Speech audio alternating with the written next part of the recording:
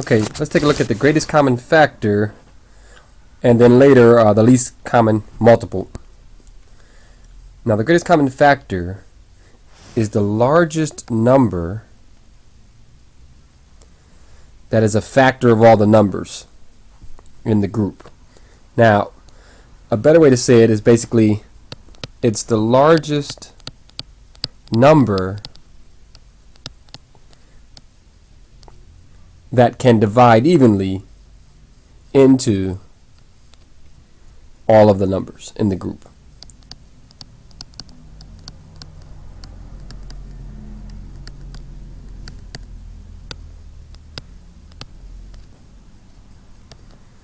Okay, the largest number that can divide evenly into all numbers in the group. Usually it's just 2, but we have to account for maybe there could be more, so we say in the group. Okay. Now to give you a couple examples here, we should probably do some more. We say that 18 is the greatest common factor of 36 and 54. The GCF of 36 and 54 is 18. It's the largest number that can go into 36 and can also go into 54. Now, if there isn't such a number, then you know that 1 is always a number that goes into any number, and so the greatest common factor between, say, 7 and 16 is going to be 1. 1 will go into 7 and 1 will go into 16, and that's the largest number that will go into both of them. So at least your GCF will be a 1. There will always be a GCF and it'll at least be a 1. Often, sometimes you'll see the GCF called the GCD, greatest common divisor, because you know the words factor and divisor are interchangeable. And so use whichever one you like. In practice, I'll probably use the GCF, but mathematicians use the GCD as well. When the GCF is equal to 1, then the two numbers are called relatively prime. They don't have to be prime themselves. I mean, 7 and 16 are not prime. Maybe 7 is prime, but 16 isn't prime. But as a group, they're called relatively prime. Okay, relatively prime because their GCF is 1.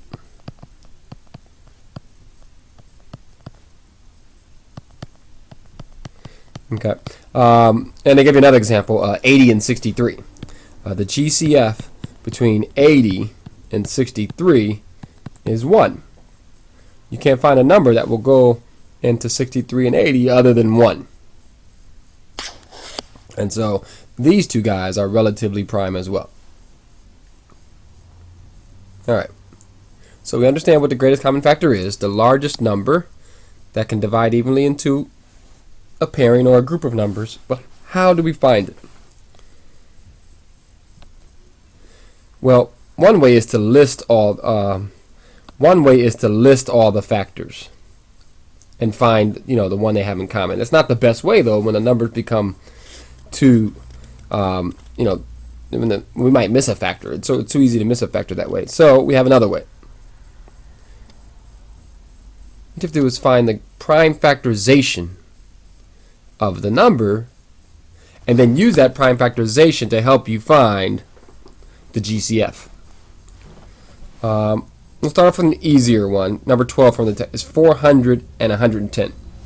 So the GCF between 400 and 110, maybe it's something that you can just look at and know, but let me show you the method though using factor trees. So let's get the prime factorization of 400. It's 40 times 10, which is 4 times 10. So it's 2 times 2, and then 2 times 5, and then another 2 times 5. And so 1, 2, 3, 4, 4 2s and 2 5s. That is the prime factorization of 400. 110 is 11 times 10. 11's prime, and we have 2 and 5. So 1, 2, 1, 5, and an 11. That's the prime factorization of 110. So once you have the prime factorization, you choose all the primes that are common. So you choose the common primes to all factorizations, common to all. So common to all is a 2 and a 5. Now we have to decide what about the exponent, and then when it comes to the exponent, we raise to the smallest exponent that it has in any of the factorizations.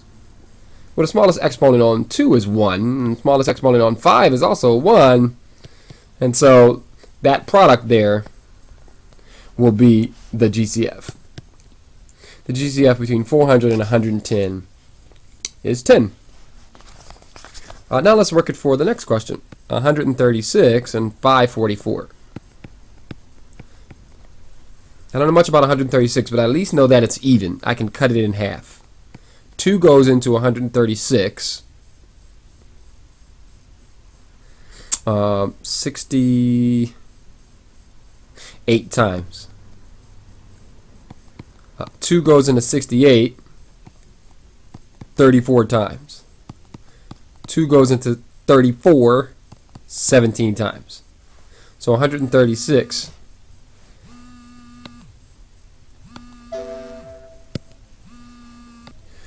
So 136 is 2 cubed times 17. 544, once again not familiar with it, but I at least know it's even, so I can cut it in half. And when I cut it in half, I get 272. Cut that in half, and you get your 136. So then we know that that's 8 times 17 now, which is 2 cubed. And so we have 1, 2, 3, 4, 5 of these 2's and a 17. You see, because 136 goes into 544, then you automatically know that 136 is the greatest common factor. But, working the method out, we have that the GCF between these two guys is going to have a 2 and a 17 because they are common to both of these factorizations. The lowest exponent that shows up is 3 on the 2 and 1 on the 17. It's the 136.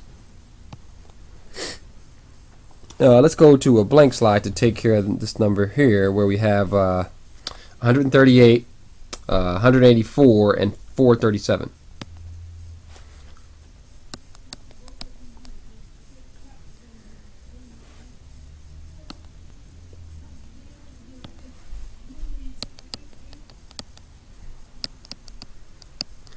Okay, let's get the prime factorization of these guys. That's 2 times 69, which is 3 times 23. 184 is 2 times 92, which is 2 times 46, which is 2 times 23. 437. 2 doesn't go into it, but perhaps since we noticed that 23 is in both of these, perhaps 23 might go into it. We don't know how many times, but we can just try it out.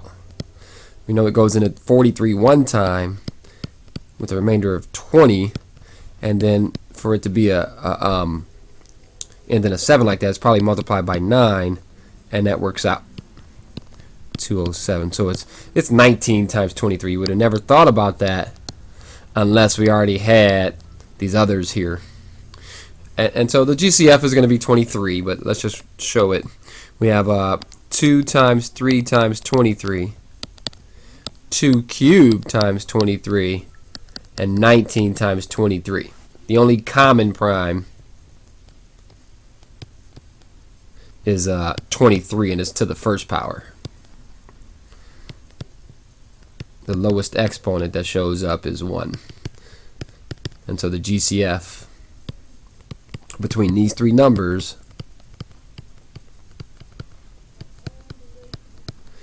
is 23.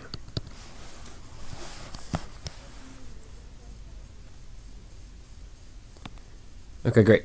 There's another method to find the GCF. There's another method to find a GCF. We can do that by lining the numbers up in a row, and it's more of a kind of like a trick or a shortcut. The method, the meaning behind the method, and why it works usually is not explained, but it does work though, and so it's usually taught to kids nowadays, but they don't know why it works. And so instead of the prime factorization method, the kids nowadays are learning to do it using this dividing by prime factors method. Here it goes. Take the numbers in the problem, so 166, 415. Draw a bar, it looks like this, and we're going to divide each by any prime that they would have in common. So we don't know, but at least we know that 2 doesn't work because 415 is even. 415 is odd, so it doesn't work. But at least maybe 3 would work. But then we see that 3 doesn't work because when the divisibility rule for 3 is that you add up the numbers and it needs to be divisible by 3. And then 5 doesn't work for this guy because doesn't end in a 5 like 415 does. Perhaps a 7. I don't know. Let's try it out. 7 into 166. No, that's not going to work out. Okay. 9's not going to work. These don't add up to anything divisible by 9. 11. These aren't multiples of 11. And so as we're doing this, we're noticing that maybe there are no primes. But let's try to divide 415 though. So 5 goes into 415 83 times, and 83 is prime. And so they don't share anything in common. There are no factors in common. 166, when you cut it in half, oh wait a minute, we get 83. So this thing about trying and so on isn't really the best thing, because who would have thought that 83 goes into both of them? But it does. And so we get a 2 and a 5, and that's when we stop, and then 83 is the GCF. Not the best method, but it works for some people. The problem is that we have to end up knowing the prime numbers at least up to 100 sometimes, because who knows when we will use them or not. So the GCF between these two guys is 83. Okay, let's try something better, like 384 or 222.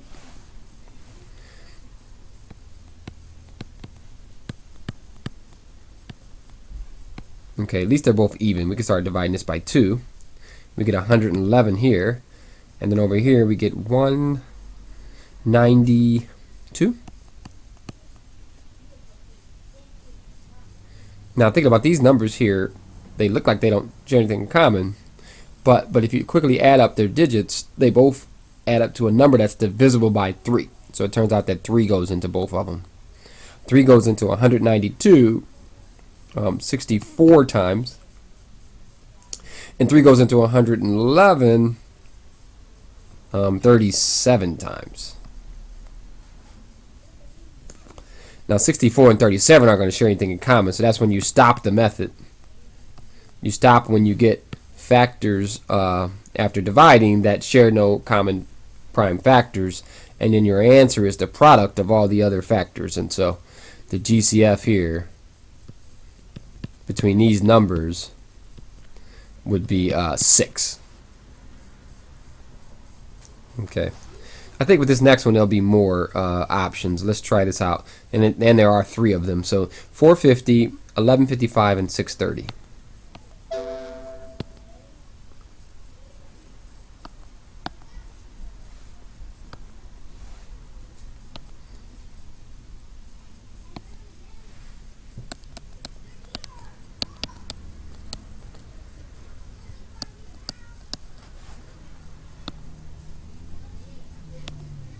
Okay, so we divide by 5 maybe.